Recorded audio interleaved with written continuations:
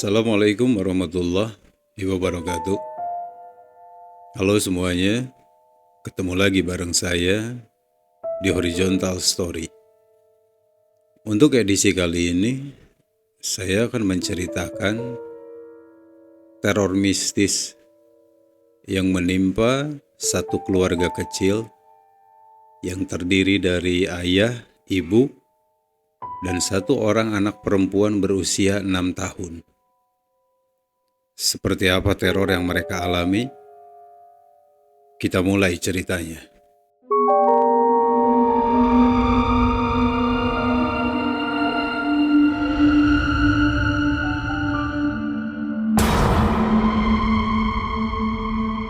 Tepat 2 tahun ke belakang, yaitu tahun 2023, ada keluarga kecil yang berasal dari Bekasi.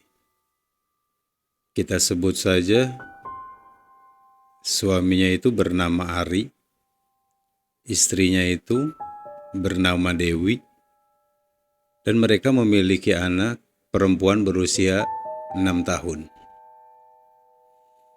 Ari atau sang suami ini, dia itu bekerja di salah satu pabrik otomotif yang ada di Bekasi, dan udah punya posisi yang cukup bagus ya teman-teman di pekerjaannya itu. Dia bekerja di pabrik tersebut udah kurang lebih itu 10 tahun. Jadi dari dia masih bujangan, dia udah bekerja di pabrik otomotif itu. Kemudian dia menikah dengan perempuan yang bernama Dewi ini, dan mereka itu dikaruniai satu orang anak perempuan yang sekarang itu usianya 6 tahun. Selama Ari ini bekerja, jadi dia itu benar-benar punya komitmen ya untuk pengen punya rumah sendiri. Dari semasa dia bujangan ya teman-teman, dia udah menyisihkan sebagian dari penghasilannya gitu kan untuk ditabung, karena dia punya rencana gitu kan, one day dia pengen ngebeli suatu rumah gitu ya. Nah setelah dia menikah, disampaikanlah planning seperti itu ke istrinya, kemudian istrinya sangat-sangat menyetujui akan hal itu. Seiring dengan berjalannya waktu gitu ya, kemudian mereka gitu kan ngelihat uang penghasilan yang sebagian mereka kumpulkan itu gitu kan ya, udah dirasa udah lumayan lah jumlahnya ya teman-teman.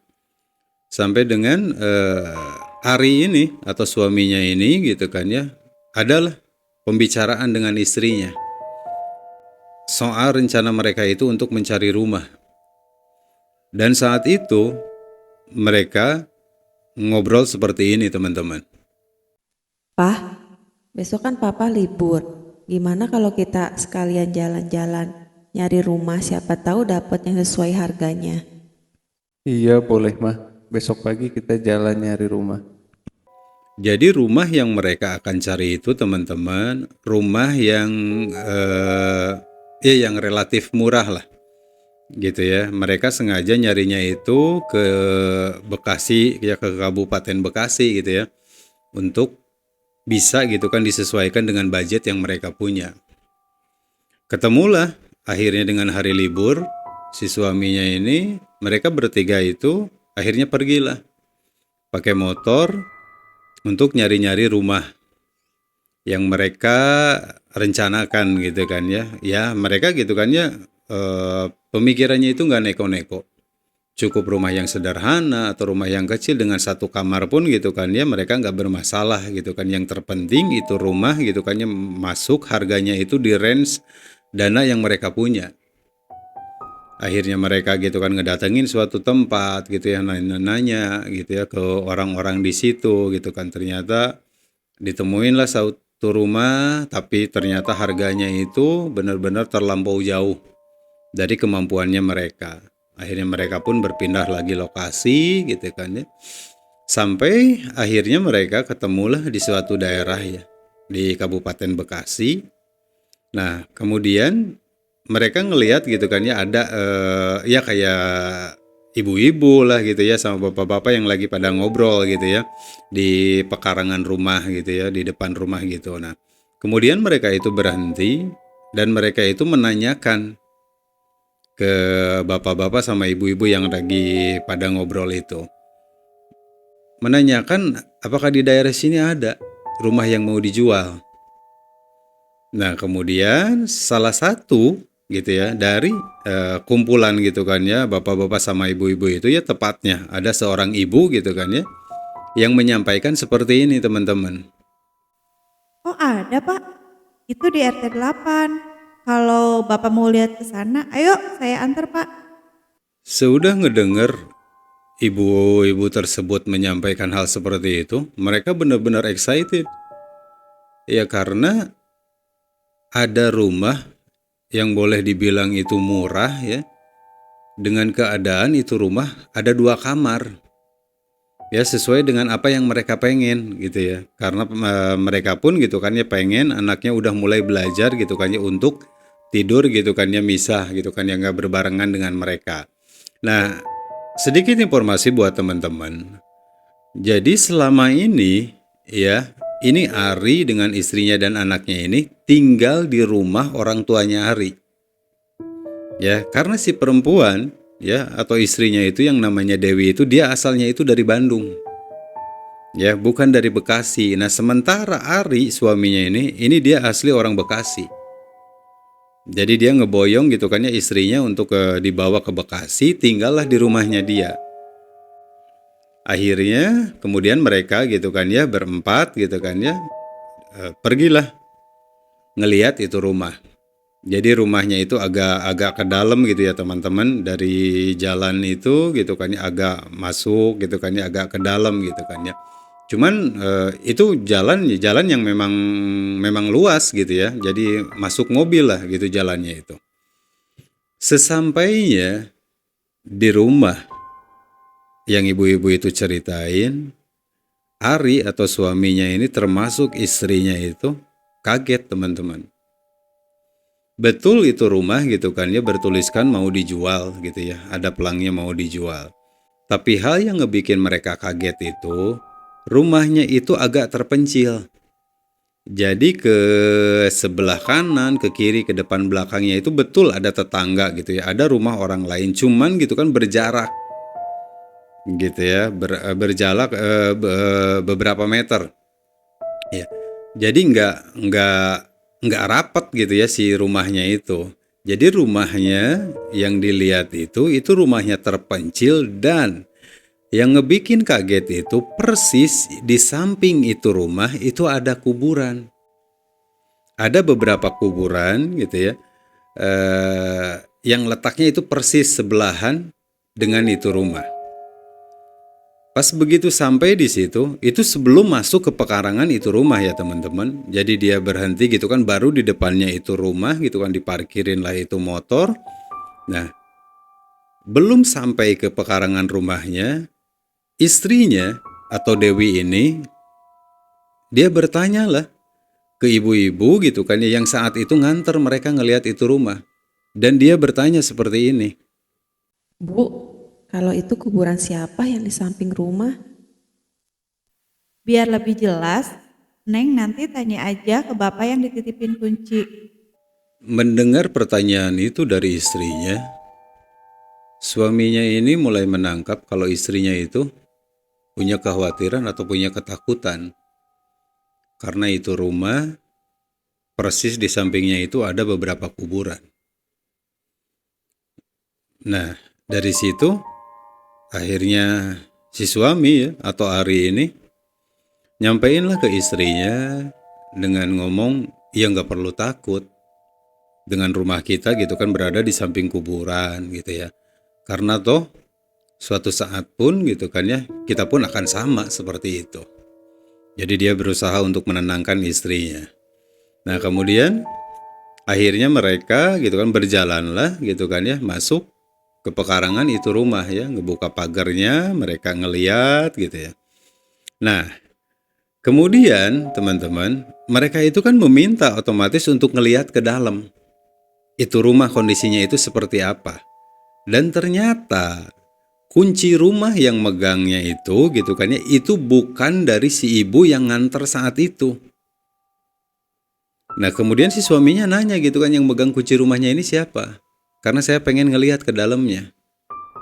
Akhirnya si ibu itu pun menyampaikan gitu kan, kalau yang megang kuncinya itu gitu kan ya ada gitu kan ya tetangganya gitu kan ya, tetangga rumah itu gitu kan ya, yang kurang lebih ya berjarak sekitar 30 meter lah apa 40 meter dari rumah itu.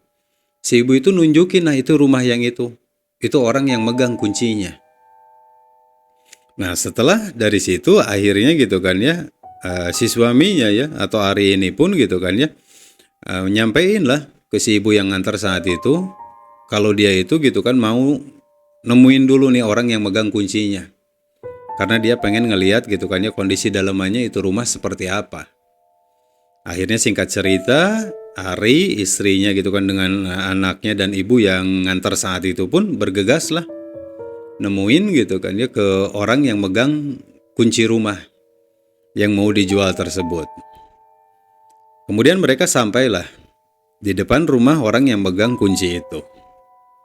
Nah, nggak lama ya Ari itu ngetuk pintu dengan nyapain salam gitu ya, Assalamualaikum. Dia ngetuk-ngetuk pintu gitu kan. Nggak lama berselang kemudian gitu kan ya dari dalam dibukain lah itu pintu. Ya, sama seorang bapak-bapak gitu ya. Nah, kemudian di saat pintu itu dibuka, Ari menyampaikan atau suaminya itu menyampaikan seperti ini, teman-teman.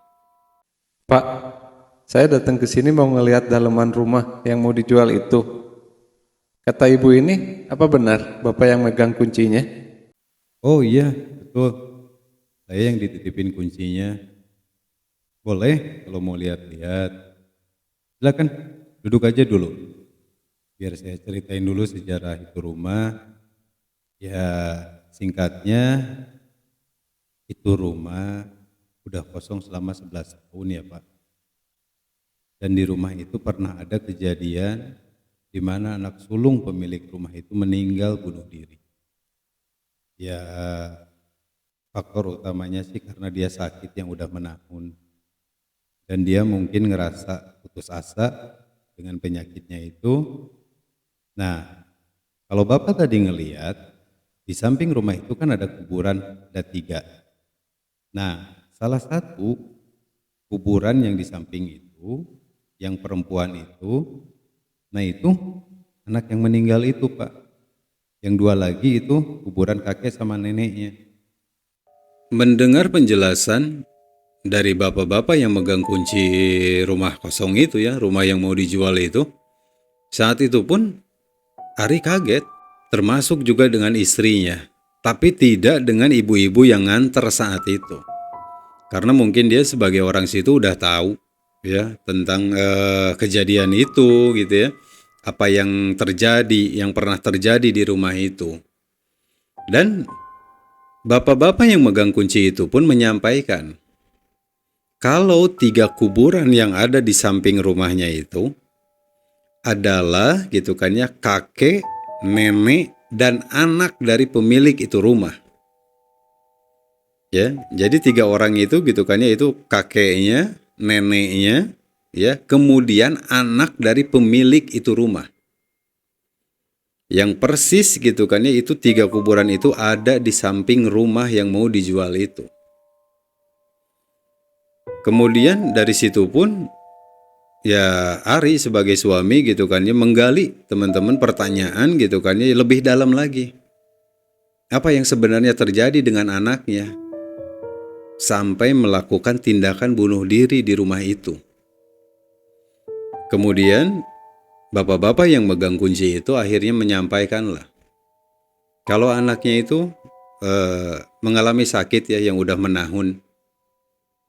Jadi dia udah berobat, udah kemana gitu kan ya, tapi sakitnya itu nggak kunjung sembuh. Ya, dan saya pun nggak dapat gitu kan ya teman-teman penjelasan gitu kan ya lebih lanjutnya lagi gitu kan ya dari Ari ini sakitnya itu sakit apa gitu kan. Karena Ari pun menceritakan gitu kan kalau saat itu si bapak yang megang kunci pun nggak menyampaikan kalau itu anak sakitnya itu sakit apa. Ini anaknya itu anak perempuan ya teman-teman, usianya itu 20 tahun. ya, di mana dia melakukan bunuh diri di kamarnya dia pada saat itu karena sakit yang udah menahun, ya mungkin ya wallahu alam bisawab, apakah dia mungkin udah ngerasa kesel dengan penyakitnya atau seperti apa gitu kan, yang akhirnya di kamar tersebut dia melakukan bunuh diri dengan mendenggak, ya teman-teman, cairan pembersih lantai. Ya, mungkin teman-teman tahu gitu kan ya, cairan-cairan pembersih lantai itu gitu kan, untuk pembersih porselen seperti itu, dengan mendenggak minuman itu. Jadi itu anak perempuan meninggal usia 20 tahun dengan cara bunuh diri di rumah itu. Nah kemudian dari kejadian itu akhirnya gitu kan si anaknya pun gitu kan ya dimakamkan, dikuburin gitu ya, di persis di samping itu rumah gitu kan, berbarengan dengan kakek neneknya. Nah saat itu pun istrinya Dewi sempat bertanya juga ya ke bapak-bapak yang megang kunci itu rumah, dan termasuk juga ke ibu-ibu yang saat itu nganter untuk ngelihat itu rumah. Dia sempat menanyakan itu gitu, kemana ini orang-orang pindahnya? Tahu-tahu rumahnya ini mau dijual gitu kan ya, sebagai tetangga gitu kan, atau yang dititipin kunci gitu kan ya, mungkin tahu kemana gitu kan ya ini orang-orang ini pindahnya. Nah dari bapak-bapak yang megang kunci tersebut sempat menyampaikan gitu kan ya, kalau si orang yang punya rumah itu ya saat itu menyampaikan kalau dia itu gitu kan akan pindah itu ke Cilacap, teman-teman ya. Dia akan pindah ke sana sama keluarganya. Jadi orang yang punya rumah itu, dia itu gitu kan di dalam rumah itu ada 4 ya, 4 anggota keluarga yang terdiri dari ayah, ibu, 1 anak laki-laki dan 1 anak perempuan. Nah, yang anak perempuan ini adalah anaknya yang paling gede, yang saat itu meninggal gitu kan di usia 20 tahun dengan bunuh diri. Nah anaknya yang laki-laki ini anak yang bungsunya. Jadi sisanya mereka bertiga itu di saat nitipin kunci itu mereka gitu kan ya beralasan akan pindah ke Cilacap. Dan saat itu pun mereka meninggalkan gitu kan ya nomor kontak yang bisa dihubungi di mana ada seseorang yang minat dengan itu rumah. Nah kemudian setelah mendengar semua cerita itu, akhirnya gitu kan ya Ari pun tetap bersikukuh gitu kan ya untuk minjem itu kunci rumah karena pengen ngelihat dalamannya seperti itu. Singkat cerita, itu kunci rumah gitu kan ya dikasih lah ke Ari atau ke si suaminya itu. Kemudian Ari bilang gitu kan, saya pinjem dulu sebentar ya Pak. Saya mau ngelihat, nanti setelah selesai saya ngelihat dalamnya gitu kan, saya akan balik lagi ke sini untuk kembaliin kuncinya. Dan akan menyampaikan gitu kan ya apakah dia berminat atau enggak dengan itu rumah. Kemudian mereka bergegaslah balik lagi ke rumah yang mau dijual itu. Sesampainya di depan pintu rumah itu, kemudian si suami ya, atau Ari ini ngebuka itu kunci pintu. Kemudian dia masuklah ke dalam dengan istri, dengan anaknya gitu kan. Dan si ibu yang nganter itu cuma nungguin di teras rumahnya, dia nggak ikut masuk ke dalam teman-teman. Akhirnya Ari, istrinya, dan anaknya itu berkelilinglah ngelihat itu rumah. Itu rumah dalam keadaan yang udah nggak terawat ya teman-teman. Karena itu rumah itu udah kosong selama 11 tahun. Teman-teman mungkin bisa bayangin, rumah kosong selama 11 tahun, yang benar-benar totally ini nggak ditengokin, ya nggak ada orang yang ngerawatnya. Jadi di saat Ari pun masuk ke dalam gitu kan ya, udah ngerasain gitu kan ya aroma yang kurang sedap di itu rumah gitu kan ya, dengan ada beberapa bagian tembok yang udah gitu kan catnya mulai mengelupas gitu kan, yang udah kena lembab gitu ya, kena jamur dan lain sebagainya. Mereka akhirnya keliling lah, mulai dari kamar yang pertama gitu ya, kemudian mereka ngelihat ke kamar yang kedua gitu ya, ke area dapur, area kamar mandi, mereka ngelihat. Nah saat itu ya teman-teman, posisi mereka lagi di dalam rumah ya, istrinya ini sempat ngomong begini ke suaminya itu. Ini rumah cukup luas ya Pak, cukup untuk kita bertiga. Tapi ngedengar cerita tadi agak ngeri juga ya. Setelah Ari mendengar apa yang disampaikan sama istrinya, ya saat itu pun dia mengiyakan ya. Karena betul memang itu rumah gitu kan ya, ya cukup ideal untuk ditinggalin sama 3 orang gitu ya. Sama dia, istrinya dan anaknya itu lumayan ya cukup luas itu rumah gitu kan, punya halaman juga gitu ya. Nah kemudian dari situ akhirnya gitu kan ya Ari pun belum memutuskan apa-apa. Karena masih banyak hal yang harus dibicarain dengan istrinya ya. Betul, ini rumah gitu kan ya ada di range harga gitu kan yang mereka mampu untuk beli. Tapi mendengar gitu kan story-nya gitu kan ya basicnya itu rumah seperti apa. Nah ini yang harus mereka pertimbangkan teman-teman. Apakah ini rumah gitu kan ya dibeli atau enggak gitu kan, ini yang harus mereka bicarakan. Kemudian akhirnya mereka selesailah keliling itu rumah, mereka keluar gitu kan, kunci lagi pintunya dan mereka menyampaikan gitu ya ke si ibu yang nganternya itu, ya tepatnya Ari bilang gitu kan suruh nunggu sebentar gitu ya. Karena dia mau balik lagi ke rumah si bapak yang megang kuncinya itu. Singkat cerita, Ari baliklah ke rumah si bapak-bapak yang megang kunci itu rumah. Dan kemudian gitu kan dia ngasihin itu kunci rumah dan Ari pun menyampaikan dia belum bisa memutuskan ya hari itu juga seperti apa itu rumah gitu kan ya jadi dibeli apa enggak gitu ya. Dia harus bicara dulu dengan istrinya. Nah dari situ pun si bapak yang megang kunci ya mempersilahkan gitu kan ya karena toh memang sesuatu gitu kan ya yang mau dibeli dalam konteksnya berumah tangga itu kan harus banyak pertimbangan dan harus banyak didiskusikan gitu kan ya untuk kemudian nggak sampai jadi sesuatu gitu kan yang ya yang akhirnya jadi keributan gitu. Nah, setelah selesai dari situ, singkat cerita ya teman-teman, Ari, istrinya gitu kan dan anaknya itu baliklah ya dari tempat itu. Mereka kemudian balik lagi ke rumahnya, sesampainya di rumahnya gitu kan ya mereka pun menyampaikan ya ke orang tuanya Ari kalau mereka itu nemuin rumah gitu ya dengan gitu kan ya harga yang relatif cukup murah gitu ya. Ari pun menyampaikan segalanya apa yang dia dengar gitu kan dari si bapak yang pegang kunci itu rumah. Kalau di rumah itu pernah ada kejadian gitu kan salah seorang dari anaknya itu yang bunuh diri karena sakit. Di samping rumah itu gitu kan ada 3 kuburan di mana itu dari kakeknya, neneknya dan anak yang melakukan bunuh diri di rumah tersebut. Nah, saat itu orang tuanya Ari pun gitu kan ya tidak melarang ataupun tidak menyuruh untuk membeli itu rumah. Terlebih dibalikin lagi ke anaknya. Sok bicarain gitu ya dengan istri kamu mau seperti apa, mau dibeli apa mau gimana gitu kan ya itu terserah. Ya terserah kalian bertiga gitu kan maunya seperti apa. Nah kemudian akhirnya Ari gitu kan ya ada momen di mana gitu kan ya dia di kamarnya sama istrinya sama anaknya. Akhirnya dia ngebahas lah dengan istrinya, dengan Dewi ini. Ari ngebahas gitu kan ya soal itu rumah maunya jadi seperti apa. Saat itu mereka ngobrol begini teman-teman. Mah, jadinya mau gimana soal rumah yang tadi itu? Untuk rumahnya sih aku ngerasa cocok, Pak. Tapi kalau dengar kejadian dulu di rumah itu, emang serem juga. Tapi bismillah aja, Pak. Kita beli aja dan kita rapin aja semuanya biar nyaman. Dengan tekad yang kuat, dengan bismillah, ya mereka gitu kan ya akan ngebeli itu rumah. Dan sesuai dengan permintaan istrinya, tapi pengennya itu rumah dirapihin dulu.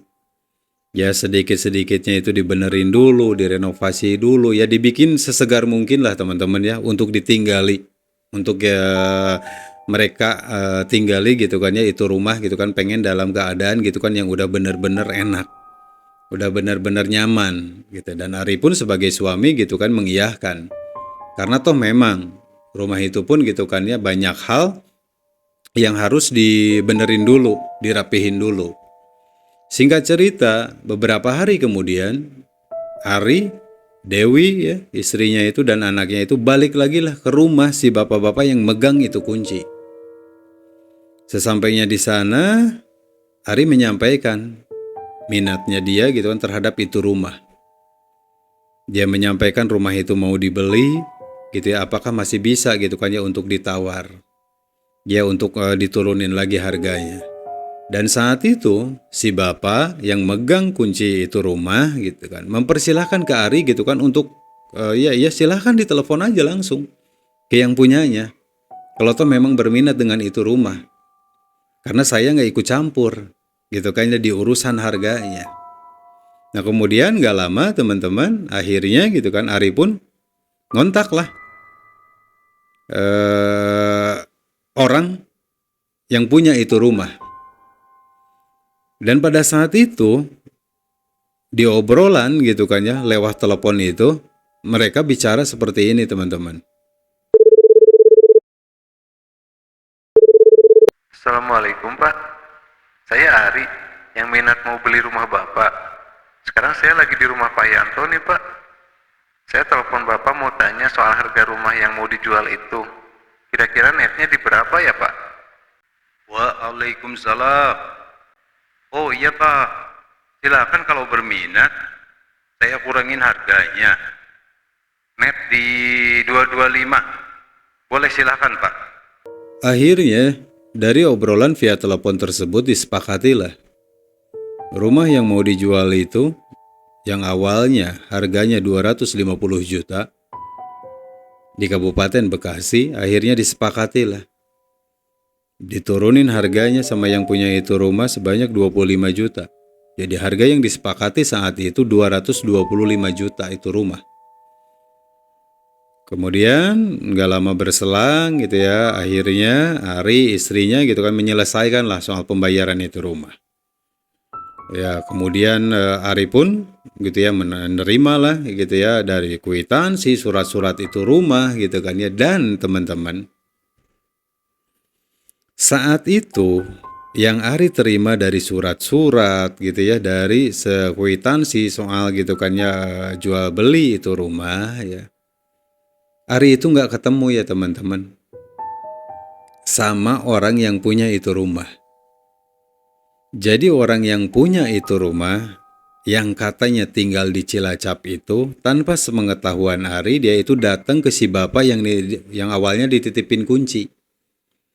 Jadi dia ngasihin gitu ya surat-suratnya gitu kan dia ngasih gitu kan ya kwitansi dan lain sebagainya. Nah kemudian saat itu pun gitu ya, seudah dititipin ke si bapak-bapak yang megang kunci itu rumah, nah si ownernya ini, pemilik ini rumah pun gitu kan ada ngehubungin ke Ari. Kalau dia menyampaikan gitu kan itu segala surat-suratnya ya soal itu rumah gitu kan ya udah dititipin ya ke si bapak yang megang itu kunci. Nah saat itu pun gitu kan Ari bereaksi ya teman-teman. Bereaksinya itu seperti ini gitu kan ya. Kenapa Pak gitu kan ya nggak ketemu langsung dengan saya. Karena saya pun gitu kan ada gitu kan ya pengen ngobrol gitu kan ya. Pengen sedikit bertanya gitu kan tentang itu rumah gitu kan. Tapi saat itu pemilik itu rumah ngejawab ke Ari itu dia nggak punya banyak waktu. Ya, karena dia ninggalin istrinya, ninggalin anaknya gitu, ninggalin juga pekerjaannya gitu. Jadi dia buru-buru lah istilahnya teman-teman ya. Hanya punya waktu itu cuman sekedar gitu kan untuk nganterin aja itu surat rumah gitu kan dan lain sebagainya. Dia akhirnya balik lagi ke Cilacap. Nah, Ari saat itu tidak mempermasalahkan terlalu jauh ya soal hal itu. Dia cukup gitu kan ya oke lah gitu kan ya mengiyahkan gitu kan ya dengan alasan yang apa yang disampaikan sama pemilik itu rumah. Kemudian singkat cerita teman-teman, selang beberapa minggu kemudian ya, kurang lebih itu ada 2 minggu lah, 2 minggu kurang. Akhirnya Ari sebagai suami gitu kan ya mulailah ngerenovasi itu rumah, ngeberesin itu rumah. Jadi dia minta bantuan gitu ya ke saudaranya yang ya punya keahlian gitu kan ya di bidang bangunan gitu kan. Dia minta untuk rumah itu dicat ulang, apa yang kelihatan udah jelek, apa yang kelihatan udah rapuh, udah nggak bagus, dia minta semuanya dirapihin. Kemudian ya berjalanlah gitu kan ya saudaranya itu gitu kan ya dengan ya pegawai-pegawainya itu ngerapihin itu rumah. Jadi intinya itu rumah direnovasi lah teman-teman. Sebelum dipindahin gitu ya sama Ari, sama istrinya dan anaknya itu. Singkat cerita, selesailah itu renovasi. Kemudian Ari nyampein ke istrinya, ya udah waktunya kita nih beres-beres ya. Barang-barang gitu ya, baju-baju gitu kan untuk kita pindah ke sana. Dia pun nyampein ke orang tuanya, minta doanya, minta izinnya untuk nyampe ke sana gitu ya, untuk pindah ke sana. Nah, kemudian akhirnya Ari, istrinya dan anaknya ini pindahlah teman-teman ke rumah baru mereka. Yang udah dalam keadaan udah direnovasi, udah kelihatan seger gitu ya, udah kelihatan bagus. Dan mulailah mereka gitu kan ya menata rumah mereka itu gitu kan, di mana kamar yang mau mereka tempatin, dan salah satu kamar gitu kan ya itu untuk anaknya. Dari situ pun gitu kan Ari pun udah nge-settle semuanya ya, itu kamar untuk anaknya. Dengan gitu kan ya ada dikasih ranjang, ada meja belajar kecil juga di situ gitu kan ya, dengan hiasan lampu-lampu ya. Gimana lah untuk anak perempuan ya teman-teman. Hari demi hari akhirnya mereka lewati tanpa ada masalah apapun. Ya di rumah itu mereka ngerasain gitu kan ya, semuanya berjalan dengan baik-baik aja teman-teman. Nah kemudian masuk mereka itu ke 1 bulan lewat ya teman-teman. Ini mereka itu udah 1 bulan ya. Udah 1 bulan lebih gitu kan, mulailah mereka ngerasain sesuatu yang ganjil di itu rumah. Dan apa yang mereka rasain ini, yang pertama dirasakan itu oleh anak perempuannya yang saat itu usianya 6 tahun. Yang dirasain saat itu, si anaknya itu lagi tidur ya teman-teman. Posisi lagi tidur. Anaknya itu ngerasain gitu kan ya, sesuatu gitu kan, ada yang bergerak itu di pipinya. Sampai kemudian gitu ya, keesokan harinya si anak itu baru bercerita lah ke ayah sama ibunya, ya ke Ari sama ke Dewi ini. Saat itu, anak kecil yang berusia 6 tahun, dia bercerita seperti ini teman-teman. Ma, semalam Dede lagi tidur, ada yang ngelus-ngelus pipi Dede. Tapi tangannya tuh kerasa dingin, Ma. Dede gak berani buka mata, Ma. Saat itu pun ayah ibunya berusaha untuk berpikir rasional dengan tujuan untuk menenangkan itu anak.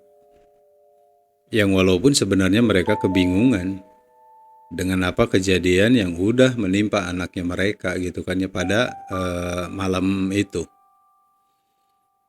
Ya akhirnya obrolan pagi itu di skip lah.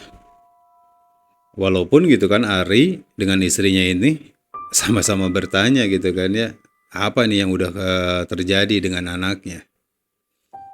Nah hari demi hari kemudian ya mereka lewati lagi sampai dengan ketemu suatu momen ya teman-teman, di mana Dewi atau istrinya ini, dia itu lagi masak di dapur. Posisinya anaknya itu lagi di kamarnya.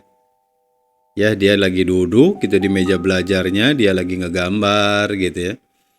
Tiba-tiba nggak lama, Dewi atau istrinya ini ngedenger jeritan yang sangat kencang dari kamar anaknya. Saat itu spontan gitu ya, naluri seorang ibu ngedenger jeritan dari anaknya, dia lari dari dapur sekencangnya gitu kan, nyamperin lah ke kamar anaknya. Di saat disamperin ke anaknya itu udah dalam keadaan shock ya teman-teman. Dengan muka yang ketakutan, kemudian ditanyalah sama ibunya gitu kan, kenapa? Saat itu anaknya menyampaikan, di saat dia ngegambar, lagi duduk gitu kan ya di meja belajarnya dia lagi ngegambar. Dia ngerasain dari bawah itu ada yang narik kedua kakinya. Ya, ada tangan yang megang kedua kakinya dan narik gitu kan itu kakinya. Akhirnya dia ngejerit gitu kan, coba untuk ngeliat gitu kan ya ke bawah meja itu ada apa, dan dia nggak nemuin apa-apa. Dari situ pun ibunya ya berusaha lah untuk nenangin itu anak gitu ya. Akhirnya ngajak lah gitu kan, udah di dapur aja. Bareng gitu kan ya sama mama, ikut masak, ngebantuin mama. Nah Kemudian si anaknya itu akhirnya ikutlah ke dapur. Nah, setelah hari itu, malam harinya di saat Ari pun gitu kan ya udah balik dari kerjanya, si istrinya itu menyampaikan kejadian tadi siang. Di mana anaknya itu lagi ngegambar, katanya menyampaikan kalau kaki anaknya itu ada yang narik. Respon Ari sebagai suami saat itu teman-teman, dia pun menyampaikan ke istrinya, dia akan mencoba mencari tahu ke si bapak yang dulu megang kunci itu rumah.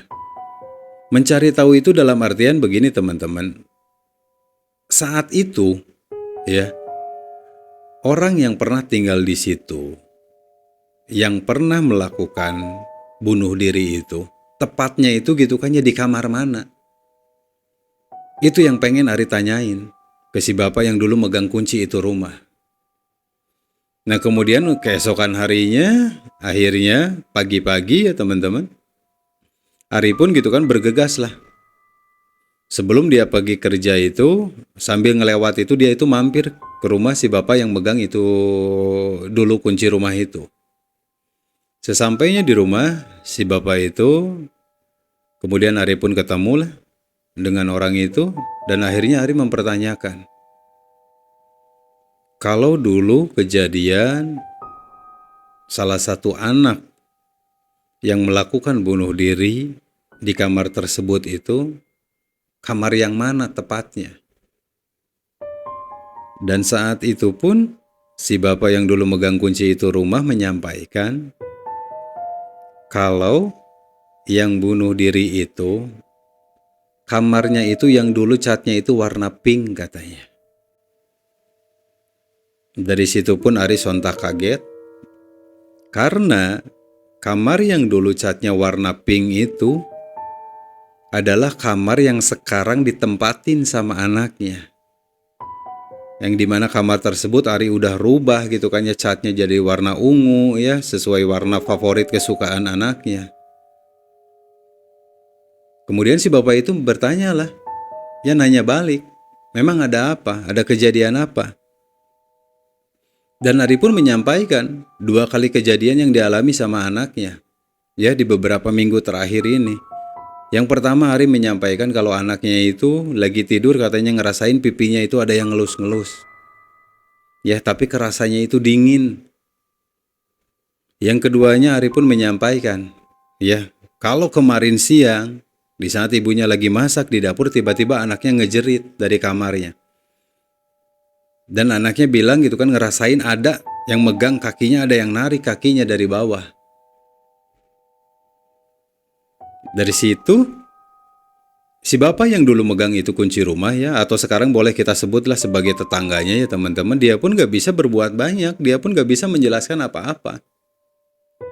Selain dia menyampaikan ya baiknya ya banyak berdoa lah di rumah itu. Ya, banyak ngebaca ayat suci Al-Quran gitu ya di setiap harinya itu. Ya karena apalagi yang bisa dilakukan selain dia ngasih wejangan seperti itu. Akhirnya Ari pun gitu kan mengiyahkan, kemudian dia pun gitu kan akhirnya bergegas pergilah kerja. Sampailah ke malam lagi ya teman-teman. Dimana saat itu posisinya itu anaknya itu udah tidur di kamarnya. Ari gitu kan ya dengan istrinya itu lagi nonton. Ya di ruang nonton gitu kan, mereka itu berdua lagi nonton TV. Di saat mereka nonton TV, nah Ari itu ngerasain gitu kan ya kalau dia itu pengen ke toilet, pengen ke kamar mandi, dia mau buang air kecil. Dari situ dia bangun dari tempat duduknya. Nah istrinya pun udah ngerasain sesuatu yang berbeda dengan itu rumah. Ya ada energi atau ada hawa yang lain dengan itu rumah. Di saat Ari bangun dari duduknya itu, istrinya itu nanya, "Pah mau kemana?" Ari ngejawab gitu kan, mau ke kamar mandi, katanya mau pipis. Gitu. "Kenapa?" katanya. "Oh enggak apa-apa," katanya.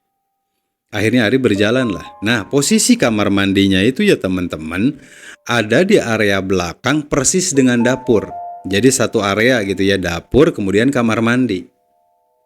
Nah, di saat Ari berjalan ya teman-teman, masuk ke area dapur mau ke kamar mandi, dia saat itu ngerasain kaget yang sangat-sangat luar biasa. Dia kaget. Karena persis di ruangan dapur itu, ya, yang berdekatan dengan pintu kamar mandi, ada sosok perempuan yang berdiri ngebelakangin dia. Dengan rambut panjang yang terurai ngebelakangin dia, dan Ari saat itu ngeliat dengan mata kepalanya sendiri. Dari situ pun dia istighfar, dia pun gitu kan ngebaca gitu kan ya surat-surat yang dia bisa, ngebaca ayat kursi, surat-surat pendek gitu ya. Nah, nggak lama gitu kan ya sosok itu pun menghilang. Kemudian Ari pun diterusin lagi jalannya, dia ke kamar mandi, dia pipis, kemudian dia keluar lagi. Tapi saat itu teman-teman, sebagai seorang suami yang tahu di mana gitu kan dia pergi pagi-pagi untuk kerja gitu kan ya, pulang gitu kan ya menjelang malam gitu kan ya, dia nggak menyampaikan hal itu. Karena kekhawatiran Ari itu menjadi ketakutan buat istrinya. Jadi cukup dia ngerasain, udah dia pendem aja sendiri apa yang dia lihat saat itu, apa yang dia lihat malam itu. Singkat cerita, kemudian mereka gitu kan ya tidurlah teman-teman. Keesokan paginya melakukan lagi rutinitas, aktivitas ya seperti biasa lah. Nah, setelah itu gitu kan ya, selang beberapa hari kemudian lagi, kejadian untuk ketiga kalinya terjadi.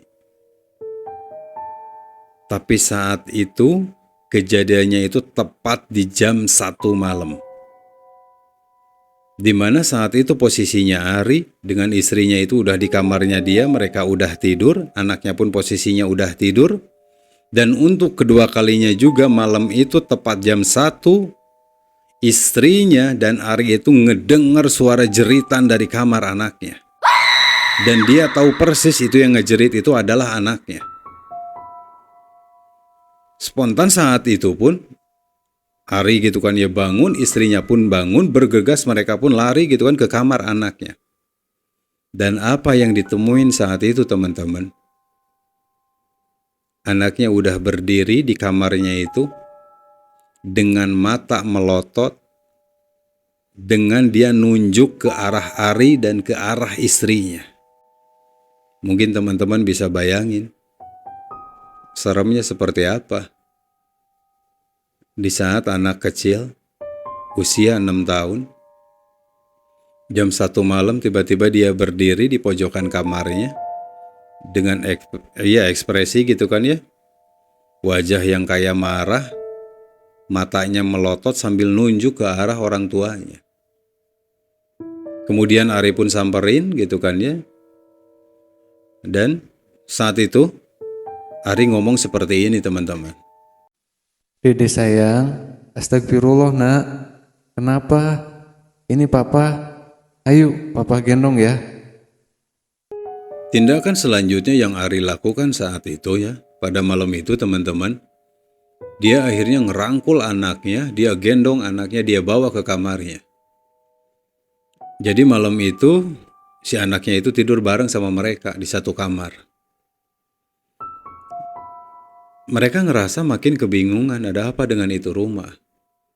Karena yang ngedengar dari ceritanya sebelum mereka ngebeli itu rumah ya betul gitu kan ya. Itu rumah gitu kan pernah terjadi sesuatu yang besar ya, yang terjadi di dalam itu rumah. Tapi mereka mencoba gitu kan ya untuk berpikir ya itu kan kejadian udah lama. Toh itu rumah pun kosong gitu kan ya udah 11 tahun. Walaupun mereka menyadari kuburan dari orang yang meninggal di rumah itu ada persis di samping rumahnya mereka.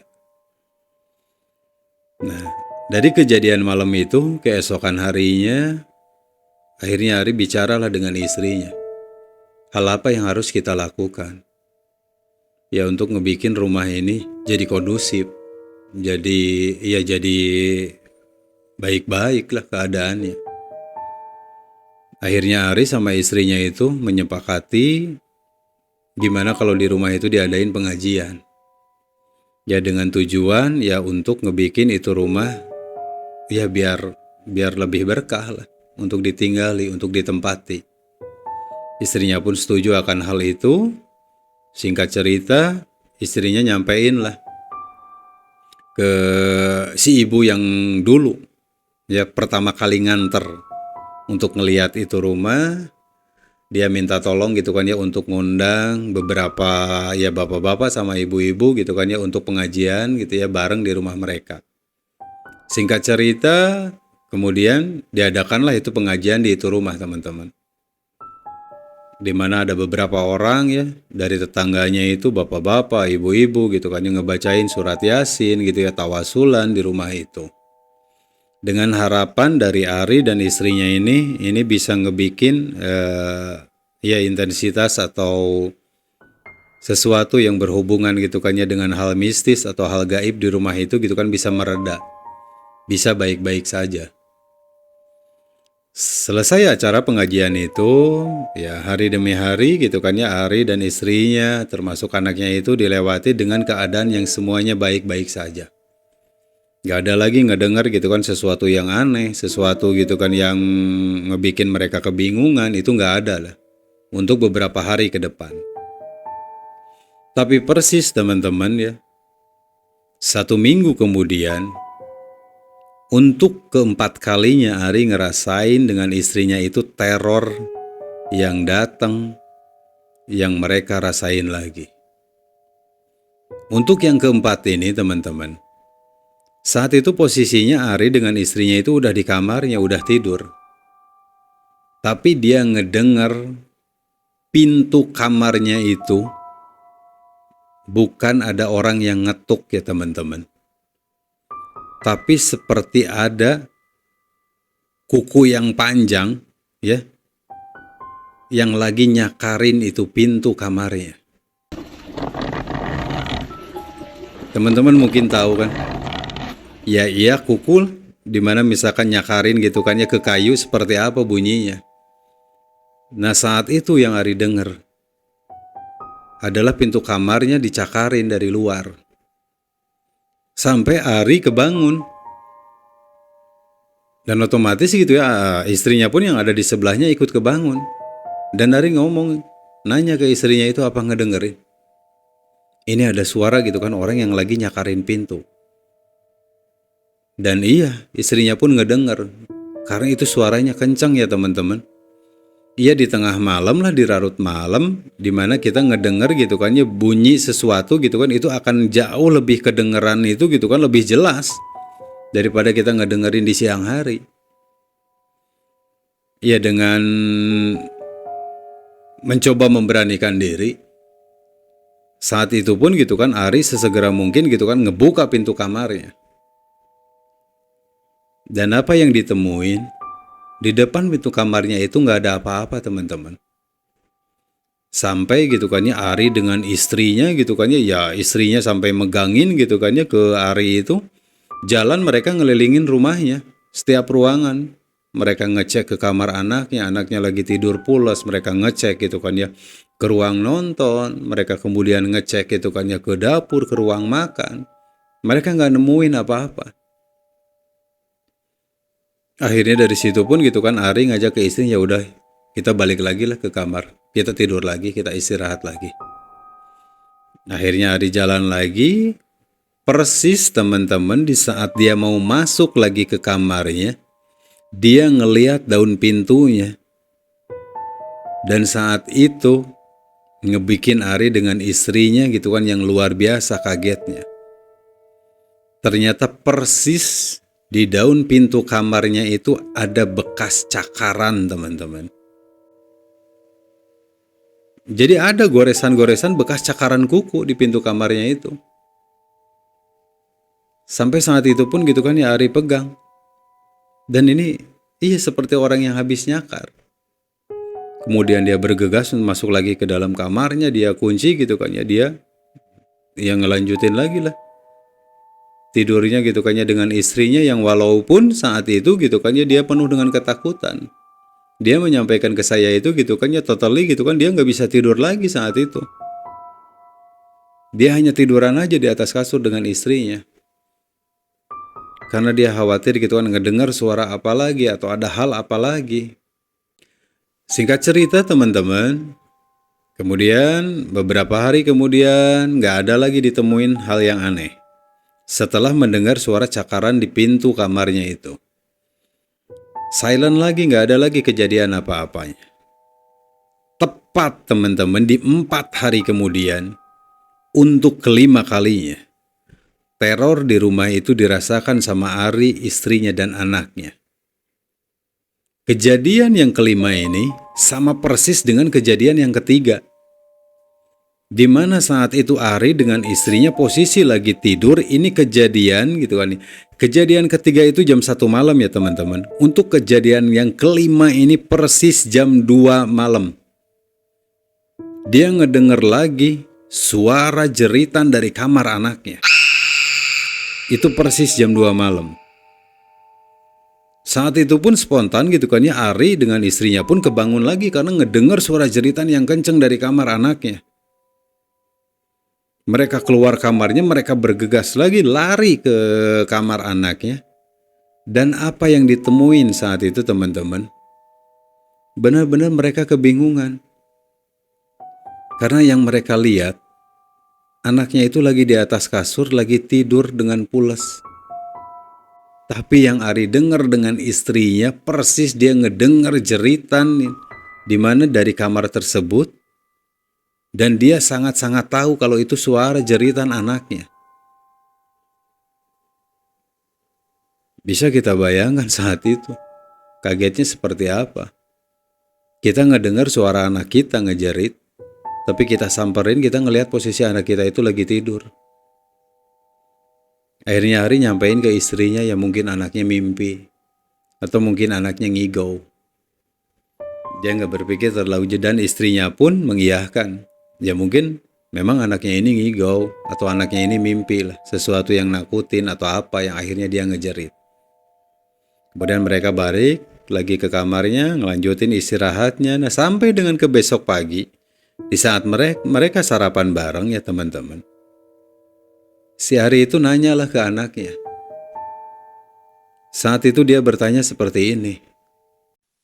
Dek, semalam itu Dede kenapa? Dede mimpi. Semalam itu Dede tidur ngejerit. Gak tahu Pak, Dede gak ingat apa-apa. Ngedengar jawaban dari anaknya itu ya Ari cukup ya heran dan aneh. Tapi dia pun berusaha untuk balik lagi berpikir rasional. Ini anak 6 tahun. Mungkin dia nggak ingat. Kalau semalam itu dia mimpi, ya mungkin dia nggak ingat kalau semalam itu gitu kan ya dia ada ngigau atau ngalamin hal apa. Ari berusaha gitu kan ya untuk berpikir gitu kan ya balik lagi untuk berpikir rasional. Dan dia pun menyampaikan ke istrinya nih anak kita itu baru 6 tahun. Ya mungkin dia nggak ingat ya apa dia mimpi semalam gitu kan atau gimana seperti apa. Dan istrinya pun mengiyahkan karena bisa jadi anaknya itu nggak ingat dengan mimpinya. Kemudian Ari pergilah bekerja di hari itu. Nah seperti biasa pun istrinya ngelakuin lagi pekerjaan rumahnya gitu ya, dia beres-beres dan lain sebagainya ya. Tepat di siang hari ya teman-teman. Yang saat itu istrinya sampein ke saya itu, yang dia ingat itu sebelum asar katanya. Dia posisinya itu lagi di dapur. Dia lagi nyuci piring. Saat dia berdiri, dia lagi nyuci piring gitu ya. Anaknya pun gitu kan ya ada, lagi nonton TV. Dewi atau si istrinya itu, dia itu ngerasain teman-teman, di saat dia nyuci piring itu rambutnya dari belakang itu ada yang narik, ada yang ngejambak. Dan itu bukan pelan teman-teman ya. Yang dirasain saat itu rambutnya itu dipegang, dijambaknya itu dengan kuat, ditarik ke belakang. Ya sampai dia pun gitu kan ya, kepalanya itu ketarik ke belakang saat itu. Yang dilakukan sama Dewi saat itu kan otomatis lah responnya yang pertama gitu kan ya, respon yang dia lakuin itu dia ngelirik ke belakang untuk ngelihat ada apa. Tapi dia nggak nemuin apa-apa siang itu. Tapi dia bener-bener ngerasain rambutnya itu dijambak, ditarik dari belakang. Tapi nggak ada sosok apapun yang dia temuin siang itu. Akhirnya dia bergegas ngeberesin cucian piringnya gitu kan. Kemudian dia nyamperin lah ke anaknya. Duduk di samping anaknya. Saat itu pun anaknya nanya gitu kan. Karena ekspresi gitu kan ya. Ekspresi dari Dewi ini atau dari ibunya ini udah lain. Anaknya nanya, ada apa? Kenapa? Ya saat itu pun ya sebagai ibu gitu kan yang dia nggak menjelaskan apa-apa, nggak kenapa-napa katanya. Pengen nonton aja gitu kan ya bareng sama Dede kan. Udah si anaknya pun cuman senyum gitu ya. Nah, kemudian tepat gitu kan ya teman-teman menjelang malam ya atau seudah maghrib Ari nyampailah ke rumahnya. Nyampe ke rumahnya gitu kan disambut anak istrinya gitu kan disiapin minum dan lain sebagainya. Nah, Dewi ini tahu anaknya itu usianya baru 6 tahun. Yang jangan sampai anaknya ngedenger ya apa yang dialami ya. Kejadian tadi siang gitu kan sama dia di saat cuci piring. Akhirnya di saat anaknya gitu kan udah ke kamarnya, anaknya udah tidur gitu kan. Ari pun duduk di ruang tamu, dia menceritakanlah ke suaminya. Kejadian siang tadi di saat dia lagi nyuci piring. Ada yang ngejambak rambut dia. Dan saat itu Ari gitu kan nanya sampai beberapa kali. Ya untuk ya make sure ya teman-teman. Meyakinkan dirinya dia apa benar yang dirasain siang itu. Dan istrinya menyampaikan betul katanya. Karena ini kerasa. Karena ini bukan dielus gitu ya si rambutnya itu. Tapi ini ditarik, dijambak dengan kencengnya sampai kepalanya itu ketarik ke belakang. Dan dia pun ngeliat langsung ke belakang gitu kan. Dia nggak nemuin ada apa-apa. Tapi dia kerasa rambutnya itu keangkat, ketarik ke belakang katanya. Kemudian malam itu Ari pun menyampaikan, ya dia mau nanya ke ibunya. Apakah ada punya kenalan gitu kan ya, orang pinter atau ustadz ya yang bisa diajak gitu kan untuk ngeliat rumah mereka. Nah nggak lama ya tepat di malam itu juga ya teman-teman. Akhirnya Ari pun gitu kan ya nelfon lah ke ibunya. Ya yang ibu pun ya ibunya pun kan sama gitu kan ya ada di Bekasi gitu kan ya. Cuman berbeda tempat, berbeda desa. Nah saat itu pun Ari nelfon ke ibunya. Dan dia menyampaikan hal seperti ini teman-teman. Assalamualaikum mah. Ada kenalan orang pintar nggak? Ustadz atau kiai gitu mah? Waalaikumsalam. Ada, Ri. Emang kenapa? Ini mah di rumah. Si Dede kayak kena gangguan makhluk halus gitu mah. Si Dede itu kayak aneh. Belakangan ini kayak aneh gitu mah. Mendengar jawaban dari ibunya saat itu, Ari pun ngerasa cukup tenang ya teman-teman. Ya, karena ibunya pun mau manggil salah satu ustadz gitu kan ya, yang ada di dekat rumahnya itu untuk diajak gitu ngelihat rumah anaknya ini. Yang kebetulan di hari besoknya itu tepat di hari Sabtu itu Ari itu libur kerjanya. Singkat cerita, keesokan harinya datanglah itu ibunya dengan itu ustadz gitu kan ya dan ada bapaknya juga. Kemudian ustadz itu masuk ke dalam rumah, dia ya maksudnya ya menyampaikanlah memperkenalkan diri dia siapa gitu kan ya seperti apa dan Ari pun saat itu menyampaikan ke ustadz tersebut dengan apa yang dia rasakan di itu rumah. Keluhan apa yang dia punya. Mulai dari kejadian pertama gitu ya, kejadian kedua sampai dengan kejadian yang terakhir. Di saat istrinya gitu kan ya dijambak ke rambutnya di saat dia cuci piring. Nah kemudian ustadz itu meminta izin lah untuk keliling ke itu rumah. Untuk ngeliat. Nah teman-teman saat itu pun Ari menceritakan ya histori itu rumah seperti apa. Ya, ada pernah kejadian besar apa di dalam rumah itu sampai Ari pun menyampaikan gitu kan ya kalau gitu ya yang di samping rumahnya itu adalah gitu ya, makam dari anak yang meninggal di rumah itu. Ustadznya pun mengiyakan, kemudian dia ngeliat, yang ngecek itu rumah seperti apa kondisinya. Dia keluar rumah juga untuk ngecek dari halaman ya ke area sampingnya. Sampai akhirnya keseluruhan itu rumah gitu kan ya udah dilihat lah, udah dicek sama Pak Ustadz itu. Setelah melakukan pengecekan itu, akhirnya Ustadz itu menyampaikan seperti ini teman-teman ke Ari dan ke istrinya. Pak, Bu, di rumah ini ada arwah atau korin yang penasaran. Sosok itu nggak mau rumah ini ada yang nempatin. Saran saya, sebaiknya rumah ini diruqyah aja, Bu. Ya, biar rumah ini ternetralisir dari semua energi-energi yang kurang baiknya. Setelah ngedengar penjelasan dari itu Ustadz dan saran yang disampaikan juga oleh itu Ustadz, ya mereka pun mengiyahkan untuk rumah tersebut diruqyah, dibersihkan, dibuang dari energi-energi yang negatif ya. Nggak lama dari situ, ya kemudian ustadznya pun ya melakukan sedikit persiapan yang akhirnya ngeruqyah lah itu rumah. Rumah itu diruqyah gitu ya di setiap ruangan gitu ya, dia bacain ayat-ayat ruqyah, dia bersihin dari energi-energi yang gak bagusnya. Singkat cerita teman-teman, selesailah prosesi itu. Kemudian gitu kan ya ustadz, ibu dan bapaknya Ari itu akhirnya baliklah. Ia meninggalkan gitu kan ya Ari dengan istrinya dan anaknya seperti biasa bertiga lagi di rumah itu. Tapi teman-teman, istrinya Ari ini atau Dewi ini, dia udah ngerasa ketakutan dan udah ngerasa nggak nyaman dengan itu rumah. Dia bicara ke suaminya ya, ke Ari ini, baiknya kita jual lagi ini rumah katanya.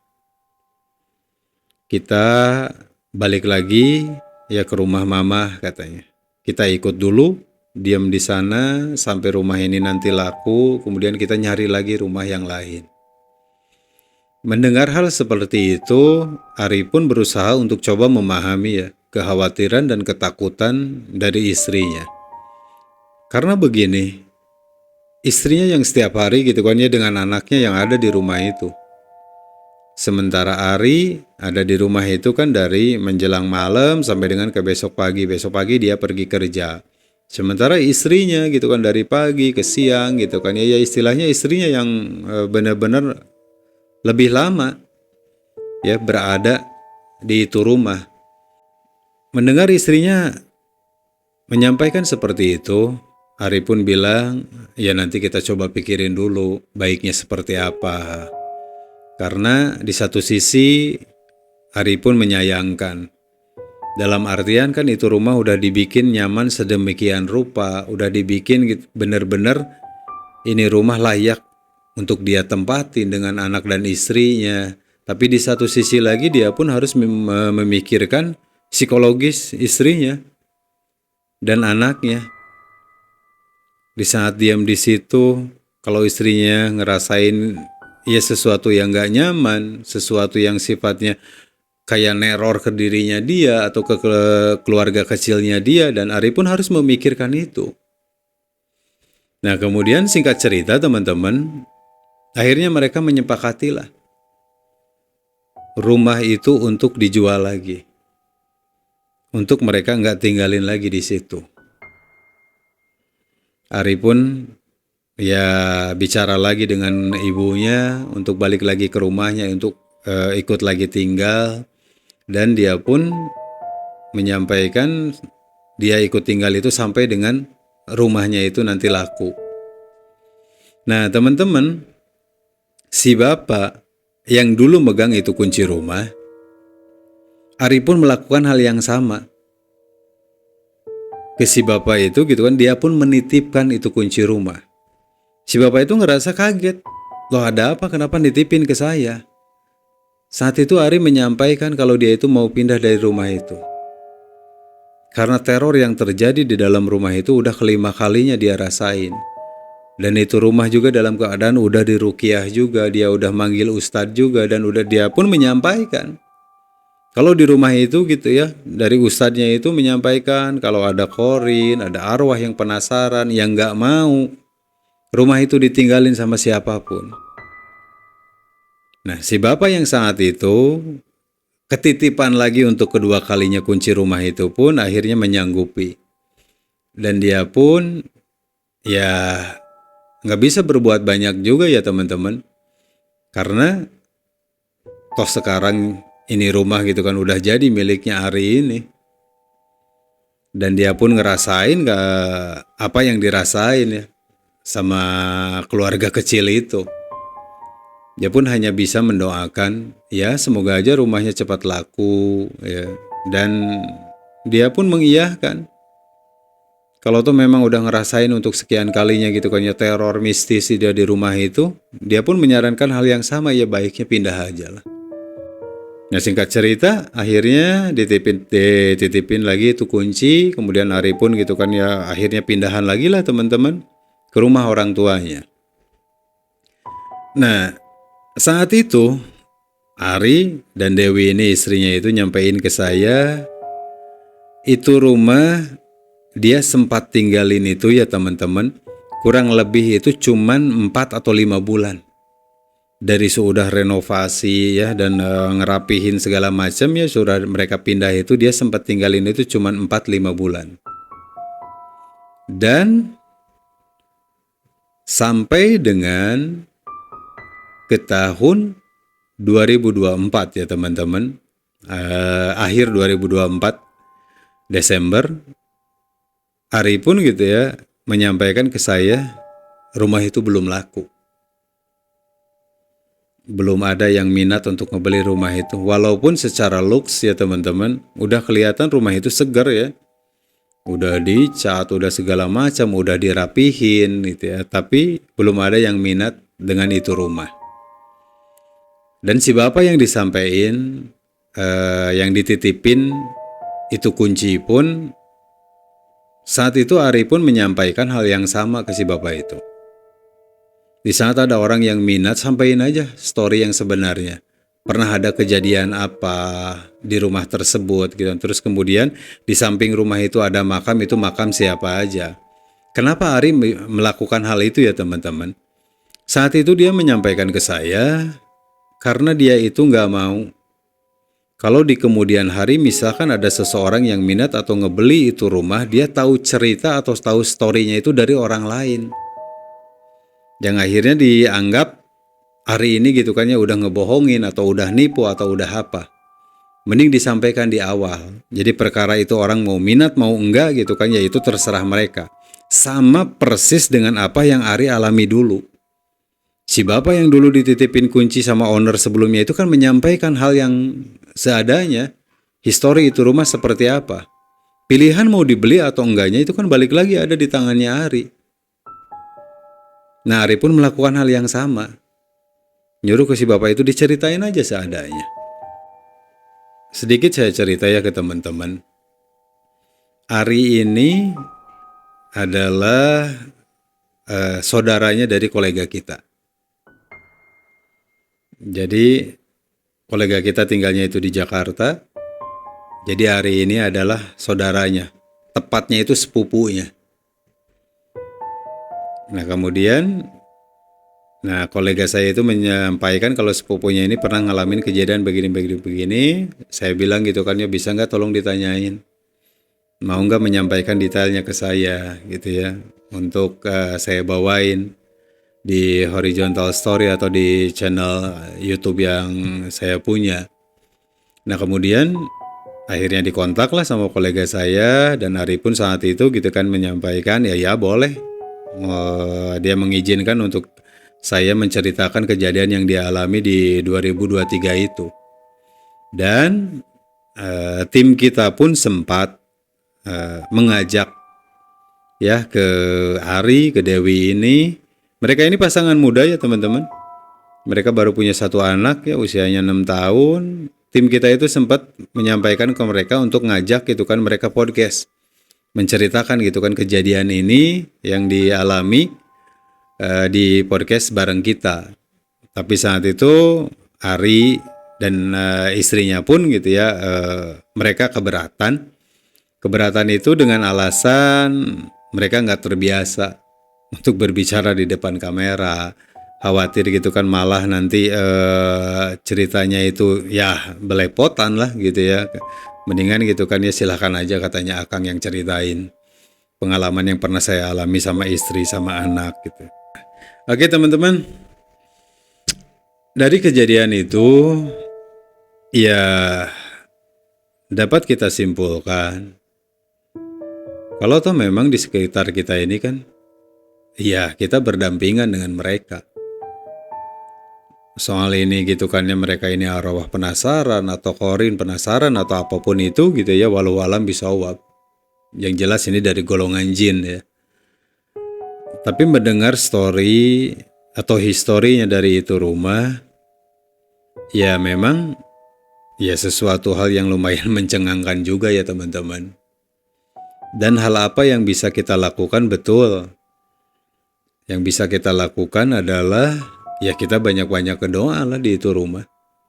Kita banyak ngebacain gitu ya ayat suci Al-Quran. Kita ngeberdiriin itu sholat di itu rumah.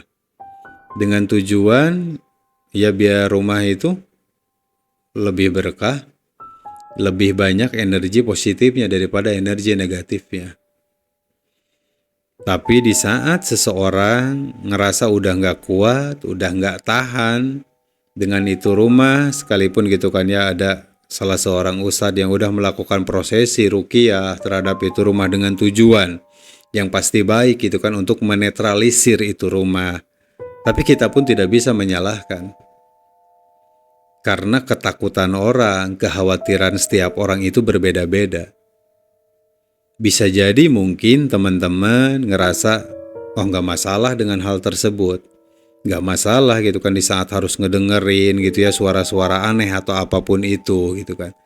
Tapi ada juga sebagian orang yang ngerasain ketakutan atau khawatir di saat mereka ngedenger suara atau mereka ngelihat sesuatu gitu ya di suatu tempat, di rumah atau dimanapun. Nah, jadi intinya ketakutan, kekhawatiran setiap orang itu berbeda-beda. Dan kita tidak bisa membenarkan atau menyalahkan hal itu. Karena bisa jadi kita yang berani, ada seseorang yang takut, bisa jadi juga ada seseorang yang berani, kemudian kita ngerasain takut karena kita ngerasain gitu ya ada suatu energi yang berbeda di suatu tempat. Kita nggak bisa sama rata. Begitupun dengan Dewi ya, istrinya hari ini. Ya dia khawatir, dia ketakutan dengan itu rumah.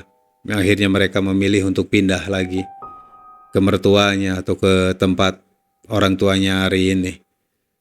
Ya, saya pun saat itu komunikasi dengan Ari pun tidak menyalahkan akan hal itu. Karena itu pilihan ada di tangan mereka. Dan yang pasti yang dilakukan sama Ari ataupun istrinya ini pun untuk kebaikannya mereka.